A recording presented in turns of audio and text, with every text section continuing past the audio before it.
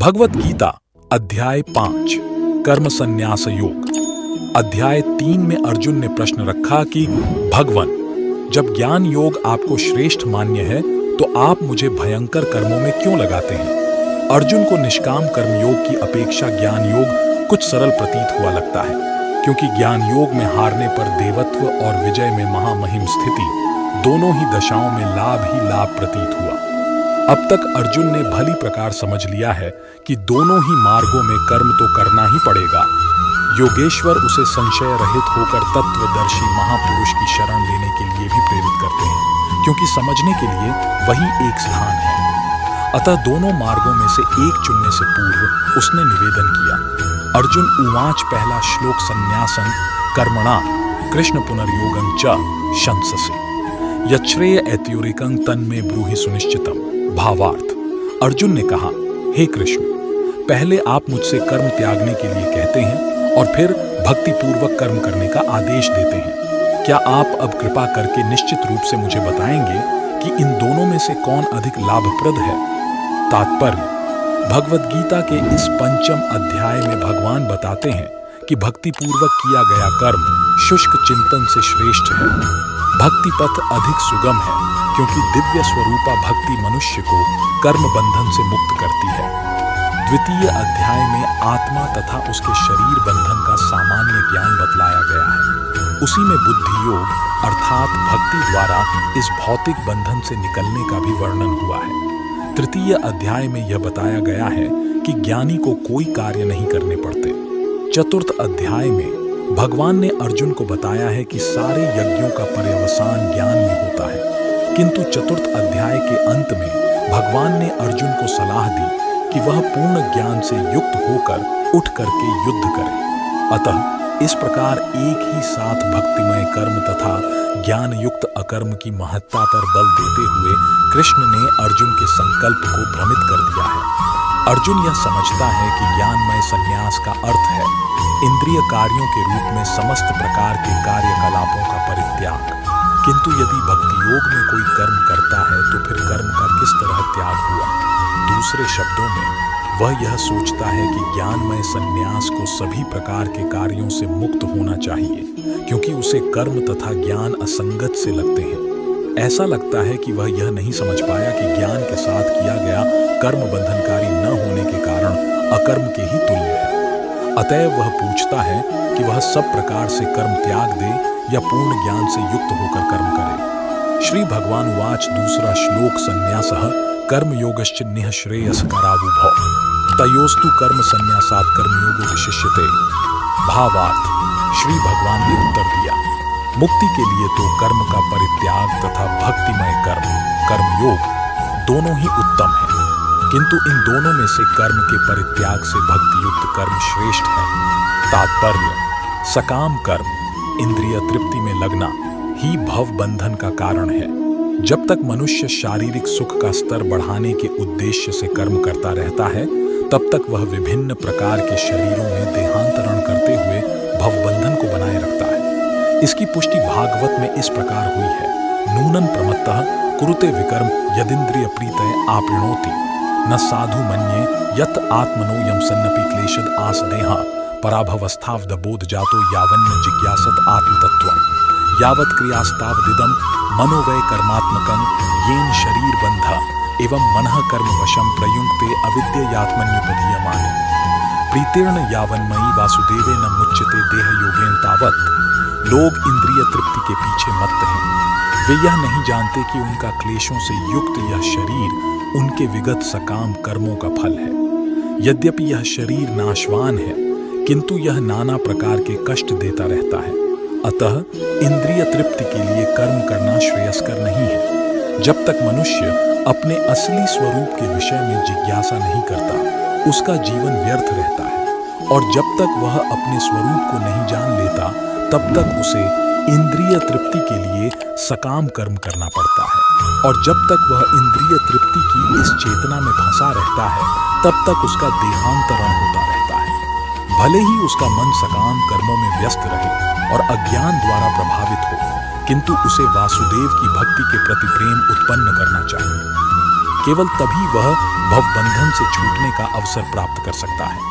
अतः यह ज्ञान ही कि वह आत्मा है, शरीर नहीं, मुक्ति के लिए पर्याप्त नहीं। जीवात्मा के स्तर पर मनुष्य को कर्म करना होगा, अन्यथा भवबंधन से उबरने का कोई अन्य उपाय नहीं है। किंतु कृष्ण भावना भावित होकर कर्म करना सकाम कर्म नहीं है। पूर्ण ज्ञान से युक्त होकर किए गए कर्म वास्तविक ज्ञान को बढ़ाने वाले हैं। बिना कृष्ण भावना मृत के केवल कर्मों के परित्याग से बद्ध जीव का हृदय शुद्ध नहीं होता। जब तक हृदय शुद्ध नहीं होता तब तक सकाम कर्म करना पड़ेगा। परंतु कृष्ण भावना भावित कर्मकर्ता को स्वतः सकाम कर्म के फल से मुक्त बनाता है, जिसके कारण उसे भौतिक स्तर तक उतरना नहीं पड़ता। अतः कृष्ण भावना भावित कर्म संन्यास से सदा श्रेष्ठ होता है, क्योंकि संन्यास में नीचे गिरने की संभावना बनी रहती है। कृष्ण भावना मृत से रहित संन्यास अपूर्ण है, जैसा कि श्रील रूप गोस्वामी ने भक्तिरसामृत सिंधु में पुष्टि की है। प्रापंचिकतया बुद्ध्या हरिसंबंधी वस्तुना मुमुक्षुभिः परित्यागो वैराग्यम फल्गु कथ्यते। जब मुक्तिकामी व्यक्ति श्री भगवान से संबंधित वस्तुओं को भौतिक समझकर उनका परित्याग कर देते हैं तो उनका संन्यास अपूर्ण कहलाता है। संन्यास तभी पूर्ण माना जाता है जब यह ज्ञात हो कि संसार की प्रत्येक वस्तु भगवान की है और कोई किसी भी वस्तु का स्वामित्व ग्रहण नहीं कर सकता। वस्तुतः मनुष्य को यह समझने का प्रयत्न करना चाहिए कि उसका अपना कुछ भी नहीं है, तो फिर संन्यास का प्रश्न ही कहाँ उठता है। जो व्यक्ति यह समझता है कि सारी संपत्ति कृष्ण की है, वह नित्य सन्यासी है। प्रत्येक वस्तु कृष्ण की है, अतः उसका उपयोग कृष्ण के लिए किया जाना चाहिए। कृष्ण भावना भावित होकर इस प्रकार का पूर्ण कार्य करना मायावादी सन्यासी के कृत्रिम वैराग्य से कहीं उत्तम है। तीसरा श्लोक। जेयः स नित्य सन्यासी यो न द्वेष्टि न कांक्षति निर्द्वंद्वो ही महाबाहो सुखम बंधात प्रमुच्यते। भावार्थ। जो पुरुष न तो कर्म फलों से घृणा करता है और न कर्मफल की इच्छा करता है, वह नित्य सन्यासी जाना जाता है। हे महाबाहु अर्जुन, ऐसा मनुष्य समस्त द्वंद्वों से रहित होकर भवबंधन को पार कर पूर्णतया मुक्त हो जाता है। तात्पर्य, पूर्णतया कृष्ण भावना भावित पुरुष नित्य सन्यासी है, क्योंकि वह अपने कर्म फल से न तो घृणा करता है न ही उसकी आकांक्षा करता है। ऐसा सन्यासी भगवान की दिव्य प्रेमा भक्ति के परायण होकर पूर्ण ज्ञानी होता है, क्योंकि वह कृष्ण के साथ अपनी स्वाभाविक स्थिति को जानता है। वह भली भांति जानता रहता है कि कृष्ण पूर्ण अंशी हैं और वह स्वयं अंश मात्र है। ऐसा ज्ञान पूर्ण होता है क्योंकि यह गुणात्मक तथा सकारात्मक रूप से सही है। कृष्ण तादात्म्य की भावना भ्रांत है, क्योंकि अंश अंशी के तुल्य नहीं हो सकता। यह ज्ञान की एकता गुणों की है, न कि गुणों की मात्रा की। सही दिव्य ज्ञान है जिससे मनुष्य अपने आप में पूर्ण बनता है, जिसे न तो किसी वस्तु की आकांक्षा रहती है न किसी का शोक। उसके मन में किसी प्रकार का छल कपट नहीं रहता, क्योंकि वह जो कुछ भी करता है कृष्ण के लिए करता है। इस प्रकार छल कपट से रहित होकर वह इस भौतिक जगत से भी मुक्त हो जाता है। चौथा श्लोक। सांख्य योगो पृथक बाला प्रवदन्ति न पंडिता एकम्प्यास्थितः सम्यग् उभयोर विन्दते फलम। भावार्थ। अज्ञानी ही भक्ति कर्मयोग को भौतिक जगत के विश्लेषणात्मक अध्ययन सांख्य से भिन्न कहते हैं। जो वस्तुतः ज्ञानी है वे कहते हैं कि जो इनमें से किसी एक मार्ग का भली भांति अनुसरण करता है वह दोनों के फल प्राप्त कर लेता है। तात्पर्य, भौतिक जगत के विश्लेषणात्मक अध्ययन सांख्य का उद्देश्य आत्मा को प्राप्त करना है। भौतिक जगत की आत्मा विष्णु या परमात्मा है। भगवान की भक्ति का अर्थ परमात्मा की सेवा है। एक विधि से वृक्ष की जड़ खोजी जाती है और दूसरी विधि से उसको सींचा जाता है। सांख्य दर्शन का वास्तविक छात्र जगत के मूल अर्थात विष्णु को ढूंढता है और फिर पूर्ण ज्ञान समेत अपने को भगवान की सेवा में लगा देता है। अतः मूलतः इन दोनों में कोई भेद नहीं है, क्योंकि दोनों का उद्देश्य विष्णु की प्राप्ति है। जो लोग चरम उद्देश्य को नहीं जानते वे ही कहते हैं कि सांख्य और कर्मयोग एक नहीं है, किंतु जो विद्वान है वह जानता है कि इन दोनों भिन्न विधियों का उद्देश्य एक है। पांचवा श्लोक। यत् सांख्येय प्राप्यते स्थानं तद्योगैरपि गम्यते। एकम सांख्यं च योगं च य पश्यति स पश्यति। भावार्थ, जो यह जानता है कि विश्लेषणात्मक अध्ययन सांख्य द्वारा प्राप्य स्थान भक्ति द्वारा भी प्राप्त किया जा सकता है, और इस तरह जो सांख्य योग तथा भक्ति योग को एक समान देखता है वही वस्तुओं को यथारूप में देखता है। तात्पर्य, दार्शनिक शोध सांख्य का वास्तविक उद्देश्य जीवन के चरम लक्ष्य की खोज है। चूंकि जीवन का चरम लक्ष्य आत्म साक्षात्कार है, अतः इन दोनों विधियों से प्राप्त होने वाले परिणामों में कोई अंतर नहीं है। सांख्य दार्शनिक शोध के द्वारा इस निष्कर्ष पर पहुंचा जाता है कि जीव भौतिक जगत का नहीं अपितु पूर्ण परमात्मा का अंश है। फलतः जीवात्मा का भौतिक जगत से कोई सरोकार नहीं होता। उसके सारे कार्य परमेश्वर से संबद्ध होने चाहिए। जब वह कृष्ण भावनामृतवश कार्य करता है तभी वह अपनी स्वाभाविक स्थिति में होता है। सांख्य विधि में मनुष्य को पदार्थ से विरक्त होना पड़ता है और भक्ति योग में उसे कृष्ण भावना भावित कर्म में आसक्त होना होता है। वस्तुतः दोनों ही विधियां एक हैं, यद्यपि ऊपर से एक विधि में विरक्ति दिखती है और दूसरे में आसक्ति है। जो पदार्थ से विरक्ति और में आसक्ति को एक ही तरह देखता है वही वस्तुओं को यथारूप में देखता है। छठा श्लोक, संन्यासस्तु महाबाहो दुःखमाप्तुमुक्ता योग युक्तो मुनिर्ब्रह्म न चिरेणाधिगच्छति। भावार्थ, भक्ति में लगे बिना केवल समस्त कर्मों का परित्याग करने से कोई सुखी नहीं बन सकता, परंतु भक्ति में लगा हुआ विचारवान व्यक्ति शीघ्र ही परमेश्वर को प्राप्त कर लेता है। तात्पर्य, सन्यासी दो प्रकार के होते हैं। मायावादी सन्यासी सांख्य दर्शन के अध्ययन में लगे रहते हैं तथा वैष्णव सन्यासी वेदांत सूत्रों के यथार्थ भाष्य भागवत दर्शन के अध्ययन में लगे रहते हैं। मायावादी सन्यासी भी वेदांत सूत्रों का अध्ययन करते हैं, किंतु वे शंकराचार्य द्वारा प्रणीत शारीरिक भाष्य का उपयोग करते हैं। भागवत संप्रदाय के छात्र पांचरात्रि की विधि से भगवान की भक्ति करने में लगे रहते हैं। अतः वैष्णव सन्यासियों को भगवान की दिव्य सेवा के लिए अनेक प्रकार के कार्य करने होते हैं। उन्हें भौतिक कार्यों से कोई सरोकार नहीं रहता, किंतु तो भी वे भगवान की भक्ति में नाना प्रकार के कार्य करते हैं। किंतु मायावादी सन्यासी जो सांख्य तथा वेदांत के अध्ययन एवं चिंतन में लगे रहते हैं, वे भगवान की दिव्य भक्ति का आनंद नहीं उठा पाते, क्योंकि उनका अध्ययन अत्यंत जटिल हो जाता है। अतः वे कभी कभी ब्रह्म चिंतन से ऊब कर समुचित बोध के बिना ही भागवत की शरण ग्रहण करते हैं। फलस्वरूप श्रीमद् भागवत का भी अध्ययन उनके लिए कष्टकर होता है। मायावादी सन्यासियों का शुष्क चिंतन तथा कृत्रिम साधनों से निर्विशेष विवेचना उनके लिए व्यर्थ होती है। भक्ति में लगे हुए वैष्णव सन्यासी अपने दिव्य कर्मों को करते हुए प्रसन्न रहते हैं और यह भी निश्चित रहता है कि वे भगवत धाम को प्राप्त होंगे। मायावादी सन्यासी कभी कभी आत्म साक्षात्कार के पथ से नीचे गिर जाते हैं और फिर से समाज सेवा, परोपकार जैसे भौतिक कर्मों में प्रवृत्त होते हैं। अतः निष्कर्ष यह निकला कि कृष्ण भावनामृत के कार्यों में लगे रहने वाले लोग ब्रह्म अब्रह्म विषयक साधारण चिंतन में लगे सन्यासियों से श्रेष्ठ हैं, यद्यपि वे भी अनेक जन्मों के बाद कृष्ण भावना भावित हो जाते हैं। 7वां श्लोक, योग युक्तो विशुद्धात्मा विजितात्मा जितेंद्रिय सर्वभूतात्म भूतात्मा कुर्वन्नपि न लिप्यते। भावार्थ, जो भक्ति भाव से कर्म करता है, जो विशुद्ध आत्मा है और अपने मन तथा इंद्रियों को वश में रखता है, वह सबों को प्रिय होता है और सभी लोग उसे प्रिय होते हैं। ऐसा व्यक्ति कर्म करता हुआ भी कभी नहीं बंधता। तात्पर्य, जो कृष्ण भावनामृत के कारण मुक्ति पथ पर है, वह प्रत्येक जीव को प्रिय होता है और प्रत्येक जीव उसके लिए प्यारा है। यह कृष्ण भावनामृत के कारण होता है। ऐसा व्यक्ति किसी भी जीव को कृष्ण से पृथक नहीं सोच पाता। जिस प्रकार वृक्ष की पत्तियां तथा टहनियां वृक्ष से भिन्न नहीं होती, वह भली भांति जानता है कि वृक्ष की जड़ में डाला गया जल समस्त पत्तियों तथा टहनियों में फैल जाता है, अथवा आमाशय को भोजन देने से शक्ति स्वतः पूरे शरीर में फैल जाती है। चूंकि कृष्ण भावनामृत में कर्म करने वाला सबों का दास होता है, अतः वह हर एक को प्रिय होता है।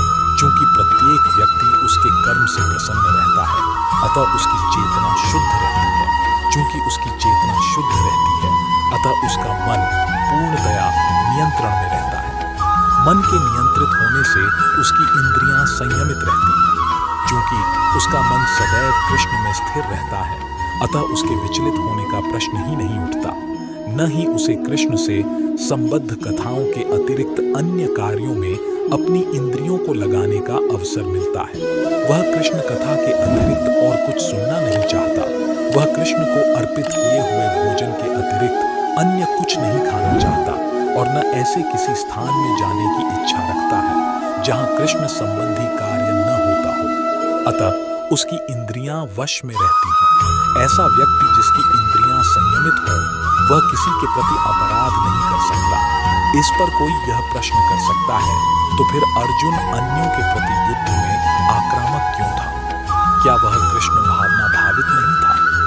वस्तुतः अर्जुन ऊपर से ही आक्रामक था, क्योंकि जैसा कि द्वितीय अध्याय में बताया जा चुका है, आत्मा के अवध्य होने के कारण युद्ध भूमि में एकत्र हुए सारे व्यक्ति अपने अपने स्वरूप में जीवित बने रहेंगे। अतः आध्यात्मिक दृष्टि से कुरुक्षेत्र की युद्ध भूमि में कोई मारा नहीं गया। वहां पर स्थित कृष्ण की आज्ञा से केवल उनके वस्त्र बदल दिए गए। अतः अर्जुन कुरुक्षेत्र की युद्ध भूमि में युद्ध करता हुआ भी वस्तुतः युद्ध नहीं कर रहा था।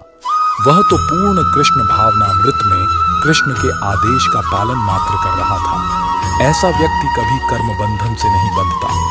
8वां श्लोक नैव किंचित करोमीति युक्तो मन्येत तत्त्ववित् पश्यन् शृण्वन् स्पृशन् जिघ्रन्नश्ननाच्छन्न स्वपन् श्वसन्। 9वां श्लोक प्रलपन् विसृजन् गृह्णन्नुन्मिषन् निमिषन्नपि इंद्रियाणीन्द्रियार्थेषु वर्तन्त इति धारयन्। भावार्थ: दिव्य भावनामृत युक्त पुरुष देखते, सुनते, स्पर्श करते, सूंघते, खाते, चलते फिरते, सोते तथा श्वास लेते हुए भी अपने अंतर में सदैव यही जानता रहता है कि वास्तव में वह कुछ भी नहीं करता। बोलते, त्यागते, ग्रहण करते या आंखें खोलते बंद करते हुए भी वह यह जानता रहता है कि भौतिक इंद्रियां अपने अपने विषयों में प्रवृत्त हैं और वह इन सबसे पृथक है। तात्पर्य: चूंकि कृष्ण भावना भावित व्यक्ति का जीवन शुद्ध होता है, फलतः उसे निकट तथा दूरस्थ 5 कारणों कर्ता, कर्म, अधिष्ठान, प्रयास तथा भाग्य पर निर्भर किसी कार्य से कुछ लेना देना नहीं रहता। इसका कारण यही है कि वह भगवान की दिव्य सेवा में लगा रहता है। यद्यपि ऐसा प्रतीत होता है कि वह अपने शरीर तथा इंद्रियों से कर्म कर रहा है, किंतु वह अपनी वास्तविक स्थिति के प्रति सचेत रहता है, जो कि आध्यात्मिक व्यस्तता है। भौतिक चेतना में इंद्रियां इंद्रिय तृप्ति में लगी रहती हैं, किंतु कृष्ण भावनामृत में वे कृष्ण की इंद्रियों की तुष्टि में लगी रहती हैं। अतः कृष्ण भावना भावित व्यक्ति सदा मुक्त रहता है, भले ही वह ऊपर से भौतिक कार्यों में लगा हुआ दिखाई पड़े। देखने तथा सुनने के कार्य ज्ञानेंद्रियों के कर्म हैं, जबकि चलना, बोलना, मल त्यागना आदि कर्मेंद्रियों के कार्य हैं। कृष्ण भावना भावित व्यक्ति कभी भी इंद्रियों के कार्यों से प्रभावित नहीं होता। वह भगवत सेवा के अतिरिक्त कोई दूसरा कार्य नहीं कर सकता, क्योंकि उसे ज्ञात है कि वह भगवान का शाश्वत दास है। 10वां श्लोक ब्रह्मण्याधाय कर्माणि संगम त्यक्त्वा करोति लिप्यते न स पापेन पद्मपत्रमिवाम्भसा। भावार्थ: जो व्यक्ति कर्म फलों को परमेश्वर को समर्पित करके आसक्ति रहित होकर अपना कर्म करता है, वह पाप कर्मों से उसी प्रकार अप्रभावित रहता है जिस प्रकार कमल पत्र जल से अस्पृश्य रहता है। तात्पर्य: यहाँ पर ब्रह्मणि का अर्थ कृष्ण भावनामृत में है। यह भौतिक जगत प्रकृति के 3 गुणों की समग्र अभिव्यक्ति है, जिसे प्रधान की संज्ञा दी जाती है। वेद मंत्र सर्वम हेतत् ब्रह्म, मांडूक्य उपनिषद 2, तस्माद् एतद् ब्रह्म नाम रूपमन्नं च जायते, मुंडक उपनिषद, तथा भगवद गीता में मम योनिर्महद् ब्रह्म से प्रकट है कि जगत की प्रत्येक वस्तु ब्रह्म की अभिव्यक्ति है, और यद्यपि कार्य भिन्न भिन्न रूप में प्रकट होते हैं, किंतु तो भी वे कारण से अभिन्न हैं। ईशोपनिषद में कहा गया है कि सारी वस्तुएं परब्रह्म या कृष्ण से संबंधित हैं, अतएव वे केवल उन्हीं की हैं। जो यह भलीभांति जानता है कि प्रत्येक वस्तु कृष्ण की है और वे ही प्रत्येक वस्तु के स्वामी हैं, अतः प्रत्येक वस्तु भगवान की सेवा में ही नियोजित है उसे स्वभावतः शुभ अशुभ कर्म फलों से कोई प्रयोजन नहीं रहता। यहाँ तक कि विशेष प्रकार का कर्म संपन्न करने के लिए भगवान द्वारा प्रदत्त मनुष्य का शरीर भी कृष्ण भावनामृत में संलग्न किया जा सकता है। तब यह पाप कर्मों के कलमश से वैसे ही परे रहता है जैसे कि कमल पत्र जल में रहकर भी भीगता नहीं। भगवान गीता में भी कहते हैं, मयि सर्वाणि कर्माणि संन्यस्य संपूर्ण कर्मों को मुझे कृष्ण को समर्पित करो। तात्पर्य यह कि कृष्ण भावनामृत विहीन पुरुष शरीर एवं इंद्रियों को अपना स्वरूप समझकर कर्म करता है, किंतु कृष्ण भावना भावित व्यक्ति यह समझकर कर्म करता है कि यह देह कृष्ण की संपत्ति है, अतः इसे कृष्ण की सेवा में प्रवृत्त होना चाहिए। 11वां श्लोक कायेन मनसा बुद्ध्या केवलैरिंद्रियैरपि योगिनः कर्म कुर्वन्ति संगम त्यक्त्वात्म शुद्धये। भावार्थ, योगी जन आसक्ति रहित होकर शरीर, मन, बुद्धि तथा इंद्रियों के द्वारा भी केवल शुद्धि के लिए कर्म करते हैं। तात्पर्य, जब कोई कृष्ण भावनामृत में कृष्ण की इंद्रिय तृप्ति के लिए शरीर, मन, बुद्धि अथवा इंद्रियों द्वारा कर्म करता है तो वह भौतिक कलमश से मुक्त हो जाता है। कृष्ण भावना भावित व्यक्ति के कार्यों से कोई भौतिक फल प्रकट नहीं होता, अतः सामान्य रूप से सदाचार कहे जाने वाले शुद्ध कर्म कृष्ण भावनामृत में रहते हुए सरलता से संपन्न किए जा सकते हैं। श्रील रूप गोस्वामी ने भक्ति रसामृत सिंधु में इसका वर्णन इस प्रकार किया है, इहाँ यस्य हरेर्दास्य कर्मणा मनसा गिरा निखिलास्वप्यवस्थासु जीवन मुक्तः स उच्यते। अपने शरीर, मन, बुद्धि तथा वाणी से कृष्ण भावनामृत में कर्म करता हुआ कृष्ण सेवा में व्यक्ति इस संसार में भी मुक्त रहता है, भले ही वह तथाकथित अनेक भौतिक कार्यकलापों में व्यस्त क्यों न रहे। उसमें अहंकार नहीं रहता क्योंकि वह इसमें विश्वास नहीं रखता कि वह भौतिक शरीर है अथवा यह शरीर उसका है। वह जानता है कि वह यह शरीर नहीं है और न यह शरीर ही उसका है। वह स्वयं कृष्ण का है और उसका यह शरीर भी कृष्ण की संपत्ति है। जब वह शरीर, मन, बुद्धि, वाणी, जीवन, संपत्ति आदि से उत्पन्न प्रत्येक वस्तु को जो भी उसके अधिकार में है कृष्ण की सेवा में लगाता है तो वह तुरंत कृष्ण से जुड़ जाता है। वह कृष्ण से एक रूप हो जाता है और उस अहंकार से रहित होता है जिसके कारण मनुष्य सोचता है कि मैं शरीर हूँ। यही कृष्ण भावनामृत की पूर्णावस्था है। 12वां श्लोक युक्तः कर्म फलं त्यक्त्वा शांतिमाप्नोति नैष्ठिकीम् अयुक्तः कामकारेण फले सक्तो निबध्यते। भावार्थ, निश्चल भक्त शुद्ध शांति प्राप्त करता है क्योंकि वह समस्त कर्म फल मुझे अर्पित कर देता है, किंतु जो व्यक्ति भगवान से युक्त नहीं है और जो अपने श्रम का फलकामी है वह बंध जाता है। तात्पर्य, एक कृष्ण भावना भावित व्यक्ति तथा एक देहात्म बुद्धि वाले व्यक्ति में यह अंतर है कि पहला तो कृष्ण के प्रति आसक्त रहता है जबकि दूसरा अपने कर्मों के फल के प्रति आसक्त रहता है। जो व्यक्ति कृष्ण के प्रति आसक्त रहकर उन्हीं के लिए कर्म करता है वह निश्चय ही मुक्त पुरुष है और उसे अपने कर्म फल की कोई चिंता नहीं होती। भागवत में किसी कर्म के फल की चिंता का कारण परम सत्य के ज्ञान के बिना द्वैत भाव में रहकर कर्म करना बताया गया है। कृष्ण श्री भगवान है। कृष्ण भावनामृत में कोई द्वैत नहीं रहता। जो कुछ विद्यमान है वह कृष्ण की शक्ति का प्रतिफल है और कृष्ण सर्व मंगलमय है। अतः कृष्ण भावनामृत में संपन्न सारे कार्य परम पद पर है। वे दिव्य होते हैं और उनका कोई भौतिक प्रभाव नहीं पड़ता। इस कारण कृष्ण भावनामृत में जीव शांति से पूरित रहता है, किंतु जो इंद्रिय तृप्ति के लिए लाभ के लोभ में फंसा रहता है उसे शांति नहीं मिल सकती। यही कृष्ण भावनामृत का रहस्य है। यह अनुभूति कि कृष्ण के अतिरिक्त कुछ भी नहीं है, शांति तथा अभय का पद है। 13वां श्लोक सर्वकर्माणि मनसा सन्न्यस्यास्ते सुखम वशी नवद्वारे पुरे देहि नैव कुर्वन्न कार्यं। भावार्थ, जब देहधारी जीवात्मा अपनी प्रकृति को वश में कर लेता है और मन से समस्त कर्मों का परित्याग कर देता है तब वह 9 द्वारों वाले नगर भौतिक शरीर में बिना कुछ किए कराए सुखपूर्वक रहता है।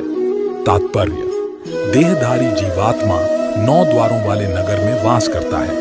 शरीर अथवा नगर रूपी शरीर के कार्य प्राकृतिक गुणों द्वारा स्वतः संपन्न होते हैं। शरीर की परिस्थितियों के अनुसार रहते हुए भी जीव इच्छानुसार इन परिस्थितियों के परे भी हो सकता है। अपनी परा प्रकृति को विस्मृत करने के ही कारण वह अपने को शरीर समझ बैठता है और इसीलिए कष्ट पाता है। कृष्ण भावनामृत के द्वारा वह अपनी वास्तविक स्थिति को पुनः प्राप्त कर सकता है और इस देह बंधन से मुक्त हो सकता है। अतः ज्यों ही कोई कृष्ण भावनामृत को प्राप्त होता है, तुरंत ही वह शारीरिक कार्यों से सर्वथा विलग हो जाता है। ऐसे संयमित जीवन में, जिसमें उसकी कार्य प्रणाली में परिवर्तन आ जाता है, वह 9 द्वारों वाले नगर में सुखपूर्वक निवास करता है। ये 9 द्वार इस प्रकार हैं। नव द्वारे पुरे देहि हंसो लिलायते बही, वशी सर्वस्य लोकस्य स्थावरस्य चरस्य च। जीव के शरीर के भीतर वास करने वाले भगवान ब्रह्मांड के समस्त जीवों के नियंता हैं। यह शरीर 9 द्वारों, 2 आंखें, 2 नथुने, 2 कान, एक मुंह, गुदा तथा उपस्थ से युक्त है। बद्धावस्था में जीव अपने आप को शरीर मानता है, किंतु जब वह अपनी पहचान अपने अंतर के भगवान से करता है, तो वह शरीर में रहते हुए भी भगवान की भांति मुक्त हो जाता है। श्वेताश्वतर उपनिषद। अतः कृष्ण भावना भावित व्यक्ति शरीर के बाह्य तथा आंतरिक दोनों कर्मों से मुक्त रहता है।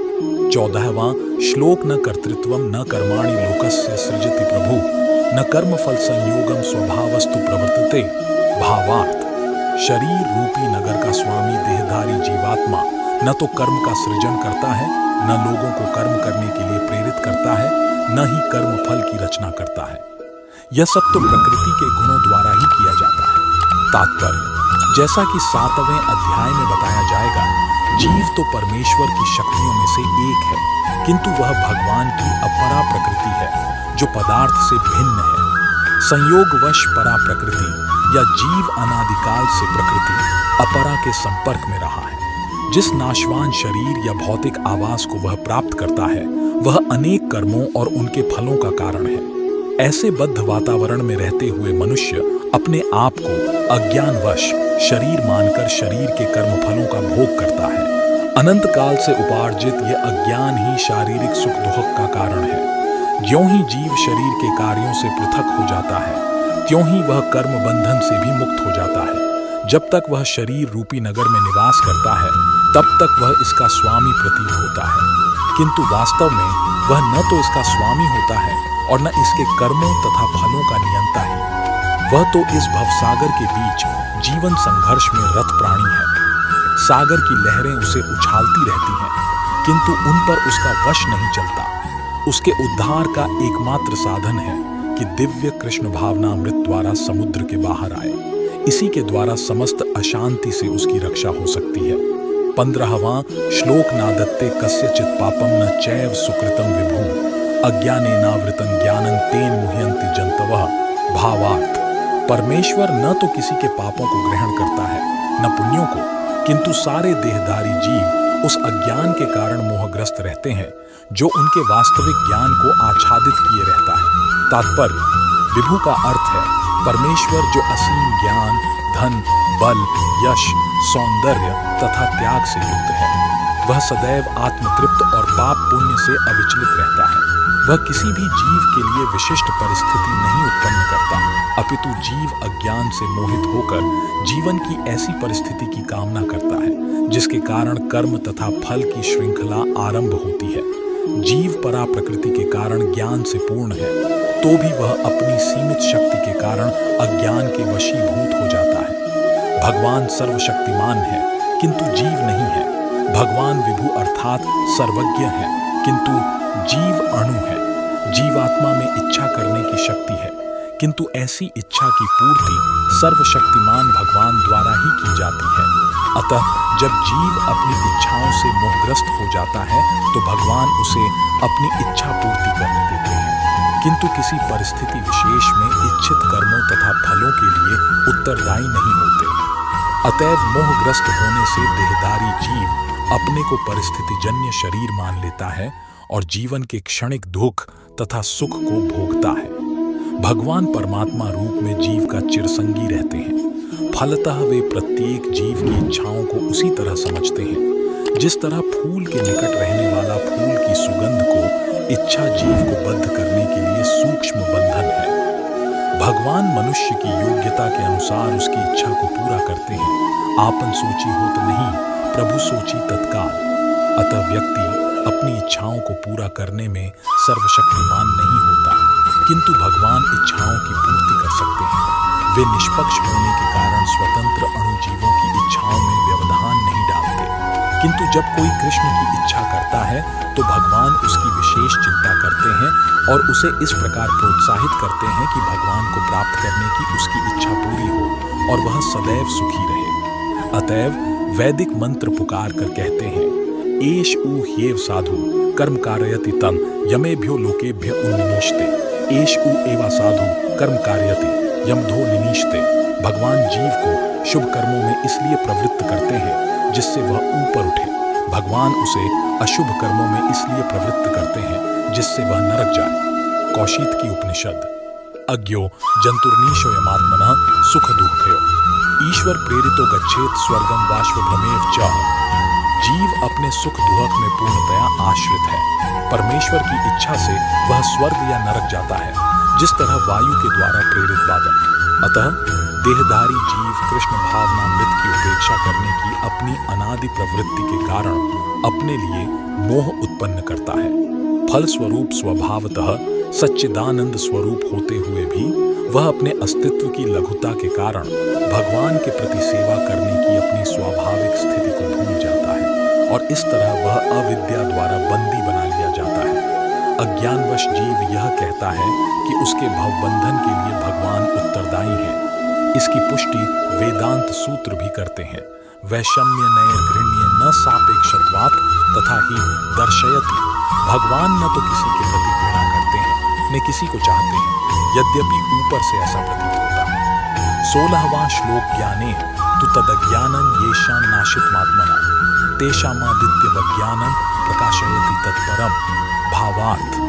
किंतु जब कोई उस ज्ञान से प्रबुद्ध होता है जिससे अविद्या का विनाश होता है तो उसके ज्ञान से सब कुछ उसी तरह प्रकट हो जाता है जैसे दिन में सूर्य से सारी वस्तुएं प्रकाशित हो जाती हैं। तात्पर्य, जो लोग कृष्ण को भूल गए हैं वे निश्चित रूप से मोहग्रस्त होते हैं, किंतु जो कृष्ण भावना भावित हैं वे नहीं होते। भगवद गीता में कहा गया है, सर्वम ज्ञान प्लवेन ज्ञानाग्निः सर्वकर्माणि तथा न ही ज्ञानेन सदृशम। ज्ञान सदैव सम्माननीय है। और वह ज्ञान क्या है? श्री कृष्ण के प्रति आत्मसमर्पण करने पर ही पूर्ण ज्ञान प्राप्त होता है। जैसा कि गीता में ही कहा गया है, बहुना जन्मनामन्ते ज्ञानवान माम प्रपद्यते। अनेकानेक जन्म बीत जाने पर ही पूर्ण ज्ञान प्राप्त करके मनुष्य कृष्ण की शरण में जाता है, अथवा जब उसे कृष्ण भावनामृत प्राप्त होता है तो उसे सब कुछ प्रकट होने लगता है। जिस प्रकार सूर्योदय होने पर सारी वस्तुएं दिखने लगती हैं। जीव नाना प्रकार से मोहग्रस्त होता है। उदाहरणार्थ, जब वह अपने को ईश्वर मानने लगता है तो वह अविद्या के पाश में जा गिरता है। यदि जीव ईश्वर है तो वह अविद्या से कैसे मोहग्रस्त हो सकता है? क्या ईश्वर अविद्या से मोहग्रस्त होता है? यदि ऐसा हो सकता है तो फिर अविद्या या शैतान ईश्वर से बड़ा है। वास्तविक ज्ञान उसी से प्राप्त हो सकता है जो पूर्णतः कृष्ण भावना भावित है। अतः ऐसे ही प्रामाणिक गुरु की खोज करनी होती है और उसी से सीखना होता है कि कृष्ण भावनामृत क्या है, क्योंकि कृष्ण भावनामृत से सारी अविद्या उसी प्रकार दूर हो जाती है जिस प्रकार सूर्य से अंधकार दूर होता है। भले ही किसी व्यक्ति को इसका पूरा ज्ञान हो कि वह शरीर नहीं अपितु इससे परे है, तो भी हो सकता है कि वह आत्मा तथा परमात्मा में अंतर न कर पाए। किंतु यदि वह पूर्ण प्रामाणिक कृष्ण भावना भावित गुरु की शरण ग्रहण करता है तो वह सब कुछ जान सकता है। ईश्वर के प्रतिनिधि से भेंट होने पर ही ईश्वर तथा ईश्वर के साथ अपने संबंध को सही सही जाना जा सकता है। ईश्वर का प्रतिनिधि कभी भी अपने आप को ईश्वर नहीं कहता, यद्यपि उसका सम्मान ईश्वर की ही भांति किया जाता है, क्योंकि उसे ईश्वर का ज्ञान होता है। मनुष्य को ईश्वर और जीव के अंतर को समझना होता है। अतएव भगवान कृष्ण ने द्वितीय अध्याय में यह कहा है कि प्रत्येक जीव व्यष्टि है और भगवान भी व्यष्टि है। ये सब भूतकाल में व्यष्टि थे, संप्रति भी व्यष्टि है और भविष्य में मुक्त होने पर भी व्यष्टि बने रहेंगे। रात्रि के समय अंधकार में हमें प्रत्येक वस्तु एक सी दिखती है, किंतु दिन में सूर्य के उदय होने पर सारी वस्तुएं अपने अपने वास्तविक स्वरूप में दिखती है। आध्यात्मिक जीवन में व्यष्टि की पहचान ही वास्तविक ज्ञान है। 17वां श्लोक तद्बुद्धयस्तदात्मानस्तन्निष्ठास्तत्पर आयणा गच्छन्त्य पुनरावृत्ति ज्ञान निर्धूत कल्मषा। भावार्थ, जब मनुष्य की बुद्धि, मन, श्रद्धा तथा शरण सब कुछ भगवान में स्थिर हो जाते हैं, तभी वह पूर्ण ज्ञान द्वारा समस्त कल्मष से शुद्ध होता है और मुक्ति के पथ पर अग्रसर होता है। तात्पर्य, परम दिव्य सत्य भगवान कृष्ण ही है। सारी गीता इसी घोषणा पर केंद्रित है कि कृष्ण श्री भगवान है। यही समस्त वेदों का भी अभिमत है। प्रतत्व का अर्थ परम सत्य है, जो भगवान को ब्रह्म, परमात्मा तथा भगवान के रूप में जानने वालों द्वारा समझा जाता है। भगवान ही इस प्रतत्व की पराकाष्ठा है, उनसे बढ़कर कुछ नहीं है। भगवान कहते हैं, मत्तः परतरं नान्यत् किंचिदस्ति धनंजय। कृष्ण निराकार ब्रह्म का भी अनुमोदन करते हैं। ब्रह्मणो ही प्रतिष्ठानम्। अतः सभी प्रकार से कृष्ण परम सत्य परतत्व हैं, जिनके मन, बुद्धि, श्रद्धा तथा शरण कृष्ण में है, अर्थात जो पूर्णतया कृष्ण भावना भावित हैं, उनके सारे कल्मष धुल जाते हैं और उन्हें ब्रह्म संबंधी प्रत्येक वस्तु का पूर्ण ज्ञान रहता है। कृष्ण भावना भावित व्यक्ति यह भली भांति समझ सकता है कि कृष्ण में द्वैत है, एक साथ एकता तथा भिन्नता, और ऐसे दिव्य ज्ञान से युक्त होकर वह मुक्ति पथ पर सुस्थिर प्रगति कर सकता है। 18वां श्लोक विद्या विनय संपन्ने ब्राह्मणे गविहस्तिनि शुनि चैव श्वपाके च पंडिताः समदर्शिनः। भावार्थ, विनम्र साधु पुरुष अपने वास्तविक ज्ञान के कारण एक विद्वान तथा विनीत ब्राह्मण, गाय, हाथी, कुत्ता तथा चांडाल को समान दृष्टि संभाव से देखते हैं। तात्पर्य, कृष्ण भावना भावित व्यक्ति योनि या जाति में भेद नहीं मानता। सामाजिक दृष्टि से ब्राह्मण तथा चांडाल भिन्न भिन्न हो सकते हैं, अथवा योनि के अनुसार कुत्ता, गाय तथा हाथी भिन्न हो सकते हैं, किंतु विद्वान योगी की दृष्टि में ये शरीरगत भेद अर्थहीन होते हैं। इसका कारण परमेश्वर से उनका संबंध है, और परमेश्वर परमात्मा रूप में हर एक के हृदय में स्थित है। परम सत्य का ऐसा ज्ञान वास्तविक यथार्थ ज्ञान है। जहां तक विभिन्न जातियों या विभिन्न योनियों में शरीर का संबंध है, भगवान सबों पर समान रूप से दयालु हैं, क्योंकि वे प्रत्येक जीव को अपना मित्र मानते हैं। फिर भी जीवों की समस्त परिस्थितियों में वे अपना परमात्मा स्वरूप बनाए रखते हैं। परमात्मा रूप में भगवान चांडाल तथा ब्राह्मण दोनों में उपस्थित रहते हैं। यद्यपि इन दोनों के शरीर एक से नहीं होते। शरीर तो प्रकृति के गुणों के द्वारा उत्पन्न हुए हैं, किंतु शरीर के भीतर आत्मा तथा परमात्मा समान आध्यात्मिक गुण वाले हैं। परंतु आत्मा तथा परमात्मा की यह समानता उन्हें मात्रात्मक दृष्टि से समान नहीं बनाती, क्योंकि व्यष्टि आत्मा किसी विशेष शरीर में उपस्थित होता है, किंतु परमात्मा प्रत्येक शरीर में है। कृष्ण भावना भावित व्यक्ति को इसका पूर्ण ज्ञान होता है, इसीलिए वह सचमुच ही विद्वान तथा समदर्शी होता है। आत्मा तथा परमात्मा के लक्षण समान हैं, क्योंकि दोनों चेतन, शाश्वत तथा आनंदमय हैं, किंतु अंतर इतना ही है कि आत्मा शरीर की सीमा के भीतर सचेतन रहता है, जबकि परमात्मा सभी शरीरों में सचेतन है। परमात्मा बिना किसी भेदभाव के सभी शरीरों में विद्यमान है। 19वां श्लोक एहैव तैर्जितः सर्गो येषां साम्य स्थितं मनः निर्दोषम ही समम ब्रह्म तस्मात् ब्रह्मणि ते स्थिताः। भावार्थ, जिनके मन एकत्व तथा समता में स्थित हैं, उन्होंने जन्म तथा मृत्यु के बंधनों को पहले ही जीत लिया है। वे ब्रह्म के समान निर्दोष हैं और सदा ब्रह्म में ही स्थित रहते हैं। तात्पर्य, जैसा कि ऊपर कहा गया है, मानसिक समता आत्म साक्षात्कार का लक्षण है। जिन्होंने ऐसी अवस्था प्राप्त कर ली है, उन्हें भौतिक बंधनों पर, विशेषतया जन्म तथा मृत्यु पर विजय प्राप्त किए हुए मानना चाहिए। जब तक मनुष्य शरीर को आत्मस्वरूप मानता है, वह बद्ध जीव माना जाता है, किंतु ज्यों ही वह आत्म साक्षात्कार द्वारा समचित्तता की अवस्था को प्राप्त कर लेता है, वह बद्ध जीवन से मुक्त हो जाता है। दूसरे शब्दों में, उसे इस भौतिक जगत में जन्म नहीं लेना पड़ता। अपितु अपनी मृत्यु के बाद वह आध्यात्मिक लोक को जाता है। भगवान निर्दोष हैं क्योंकि वे आसक्ति अथवा घृणा से रहित हैं। इसी प्रकार जब जीव आसक्ति अथवा घृणा से रहित होता है तो वह भी निर्दोष बन जाता है और वैकुंठ जाने का अधिकारी हो जाता है। ऐसे व्यक्तियों को पहले से ही मुक्त मानना चाहिए। उनके लक्षण आगे बतलाए गए हैं। 20वां श्लोक न प्रहृष्येत प्रियं प्राप्य नोद्विजेत प्राप्य चाप्रियम्। स्थिर बुद्धिर सम्मूढ़ो ब्रह्मविद् ब्रह्मणि स्थितः।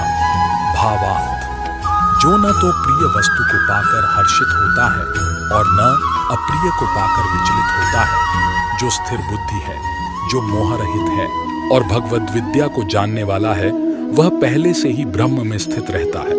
तात्पर्य, यहाँ पर स्वरूप सिद्ध व्यक्ति के लक्षण दिए गए हैं। पहला लक्षण यह है कि उसमें शरीर और आत्म तत्व के तादात्म्य का भ्रम नहीं रहता। वह यह भली भांति जानता है कि मैं यह शरीर नहीं हूँ, अपितु भगवान का एक अंश हूँ। अतः कुछ प्राप्त होने पर न तो उसे प्रसन्नता होती है और न शरीर की कुछ हानि होने पर शोक होता है। मन की यह स्थिरता स्थिर बुद्धि या आत्मबुद्धि कहलाती है। अतः वह न तो स्थूल शरीर को आत्मा मानने की भूल करके मोहग्रस्त होता है और न शरीर को स्थायी मानकर आत्मा के अस्तित्व को ठुकराता है। इस ज्ञान के कारण वह परम सत्य अर्थात ब्रह्म, परमात्मा तथा भगवान के ज्ञान को भली भांति जान लेता है। इस प्रकार वह अपने स्वरूप को जानता है और परब्रह्म से हर बात में तदाकार होने का कभी यत्न नहीं करता। इसे ब्रह्म साक्षात्कार या आत्म साक्षात्कार कहते हैं। ऐसी स्थिर बुद्धि कृष्ण भावनामृत कहलाती है। 21वां श्लोक, बाह्य स्पर्शेष्व सक्तात्मा विन्दत्यात्मनि यत् सुखम स ब्रह्मयोग युक्तात्मा सुखमक्षयमश्नुते। भावार्थ, ऐसा मुक्त पुरुष भौतिक इंद्रिय सुख की ओर आकृष्ट नहीं होता, अपितु सदैव समाधि में रहकर अपने अंतर में आनंद का अनुभव करता है।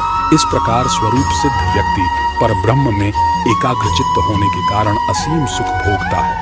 तात्पर्य, कृष्ण भावनामृत के महान भक्त श्री यामुनाचार्य ने कहा है, यदवधि मम चेतः कृष्ण पादार विंदे नवन वरसधामन्युद्यतम रंतुमासीत तद्वधि बत नारी संगमे स्मर्यमाने भवति मुख विकारः सुष्ठु निष्ठीवनं च। जब से मैं कृष्ण की दिव्य प्रेमा भक्ति में लगकर उनमें नित्य नवीन आनंद का अनुभव करने लगा हूँ, तब से जब भी काम सुख के बारे में सोचता हूँ तो इस विचार पर ही थूकता हूँ और मेरे होंठ अरुचि से सिमट जाते हैं। ब्रह्मयोगी अथवा कृष्ण भावना भावित व्यक्ति भगवान की प्रेमा भक्ति में इतना अधिक लीन रहता है कि इंद्रिय सुख में उसकी तनिक भी रुचि नहीं रह जाती।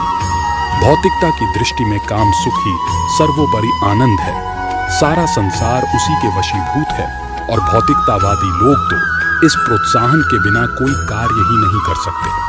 किंतु कृष्ण भावनामृत में लीन व्यक्ति काम सुख के बिना ही उत्साहपूर्वक अपना कार्य करता रहता है। यही आत्म साक्षात्कार की कसौटी है। आत्म साक्षात्कार तथा काम सुख कभी साथ साथ नहीं चलते।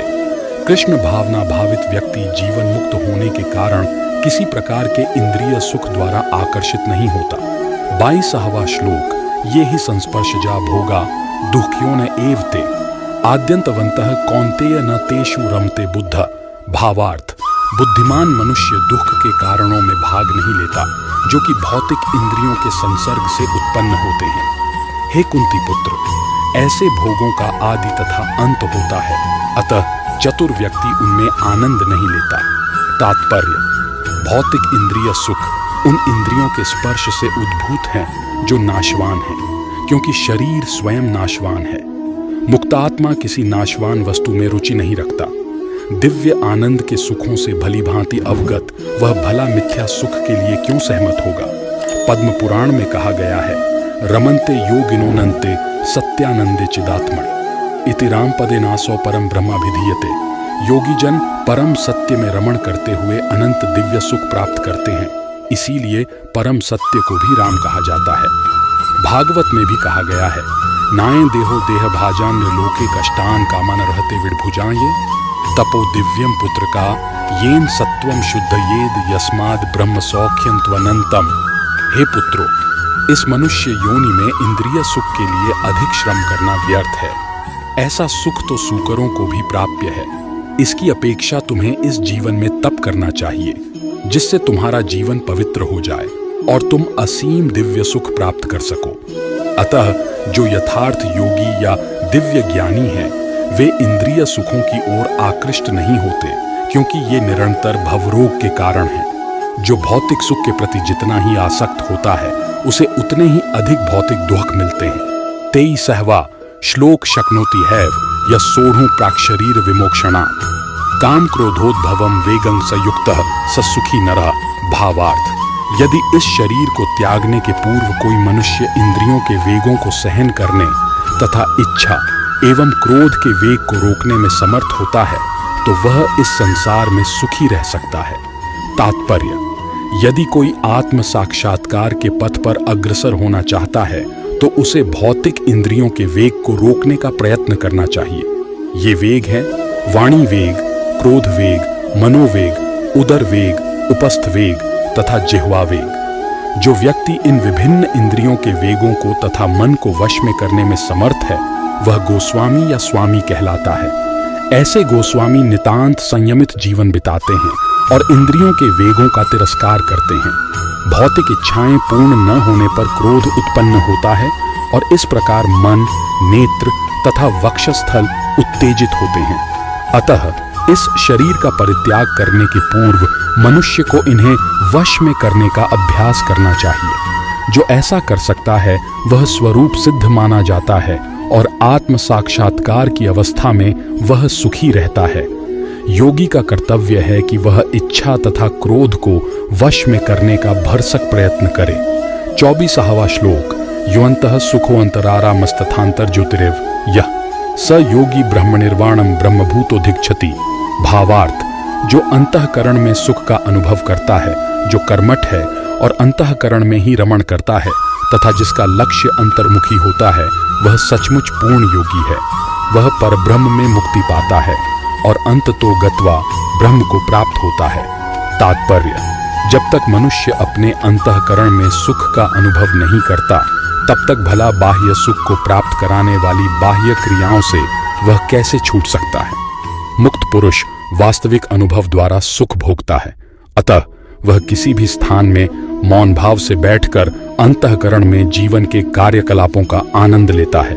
ऐसा मुक्त पुरुष कभी बाह्य भौतिक सुख की कामना नहीं करता। यह अवस्था ब्रह्मभूत कहलाती है, जिसे प्राप्त करने पर भगवत धाम जाना निश्चित है। 25वां श्लोक लभन्ते ब्रह्म निर्वाणम मृष्यः क्षीण कल्मषाः छिन्न द्वैधा यथात्मानः सर्वभूत हिते रताः। भावार्थ, जो लोग संशय से उत्पन्न होने वाले द्वैत से परे हैं, जिनके मन आत्म साक्षात्कार में रत हैं, जो समस्त जीवों के कल्याण कार्य करने में सदैव व्यस्त रहते हैं और जो समस्त पापों से रहित हैं, वे ब्रह्म निर्वाण मुक्ति को प्राप्त होते हैं। तात्पर्य, केवल वही व्यक्ति सभी जीवों के कल्याण कार्य में रत कहा जाएगा जो पूर्णतया कृष्ण भावना भावित है। जब व्यक्ति को यह वास्तविक ज्ञान हो जाता है कि कृष्ण ही सभी वस्तुओं के उद्गम हैं, तब वह जो भी कर्म करता है सबों के हित को ध्यान में रखकर करता है। परम भोक्ता, परम नियंता तथा परम सखा कृष्ण को भूल जाना मानवता के क्लेशों का कारण है। अतः समग्र मानवता के लिए कार्य करना सबसे बड़ा कल्याण कार्य है। कोई भी मनुष्य ऐसे श्रेष्ठ कार्य में तब तक नहीं लग पाता जब तक वह स्वयं मुक्त न हो। कृष्ण भावना भावित मनुष्य के हृदय में कृष्ण की सर्वोच्चता पर बिल्कुल संदेह नहीं रहता। वह इसीलिए संदेह नहीं करता क्योंकि वह समस्त पापों से रहित होता है। ऐसा है यह दैवी प्रेम। जो व्यक्ति मानव समाज का भौतिक कल्याण करने में ही व्यस्त रहता है वह वास्तव में किसी की भी सहायता नहीं कर सकता। शरीर तथा मन की क्षणिक खुशी संतोषजनक नहीं होती। जीवन संघर्ष में कठिनाइयों का वास्तविक कारण मनुष्य द्वारा परमेश्वर से अपने संबंध की विस्मृति में ढूंढा जा सकता है। जब मनुष्य कृष्ण के साथ अपने संबंध के प्रति पूर्णतया सचेष्ट रहता है तो वह वास्तव में मुक्तात्मा होता है, भले ही वह भौतिक शरीर के जाल में फंसा हो। 26वां श्लोक काम क्रोध विमुक्ताना यतीना यच्चेतसाम अभितो ब्रह्म निर्वाणम वर्तते विदितात्मनाम। भावार्थ, जो क्रोध तथा समस्त भौतिक इच्छाओं से रहित हैं, जो स्वरूप सिद्ध आत्म संयमी है, और संसिद्धि के लिए निरंतर प्रयास करते हैं, उनकी मुक्ति निकट भविष्य में सुनिश्चित है। तात्पर्य: मोक्ष के लिए सतत प्रयत्नशील रहने वाले साधु पुरुषों में से जो कृष्ण भावना भावित होता है वह सर्वश्रेष्ठ है। इस तथ्य की पुष्टि भागवत में इस प्रकार हुई है: यत्पाद पढ़क जपलाश विलास भक्त्या कर्माशयम ग्रथित मुद्ग्रथयन्त संता तद्वन्न रिक्त मतयो यतयोपि रुद्ध स्रोतोगणास्तमरणम भज वासुदेवम। भक्ति पूर्वक भगवान वासुदेव की पूजा करने का प्रयास तो करो। बड़े से बड़े साधु पुरुष भी इंद्रियों के वेग को उतनी कुशलता से रोक पाने में समर्थ नहीं हो पाते जितना कि वे जो सकाम कर्मों की तीव्र इच्छा को समूल नष्ट करके और भगवान के चरण कमलों की सेवा करके दिव्य आनंद में लीन रहते हैं। बद्ध जीव में कर्म के फलों को भोगने की इच्छा इतनी बलवती होती है कि ऋषियों मुनियों तक के लिए कठोर परिश्रम के बावजूद ऐसी इच्छाओं को वश में करना कठिन होता है। जो भगवत भक्त कृष्ण चेतना में निरंतर भक्ति करता है और आत्म साक्षात्कार में सिद्ध होता है वह शीघ्र ही मुक्ति प्राप्त करता है।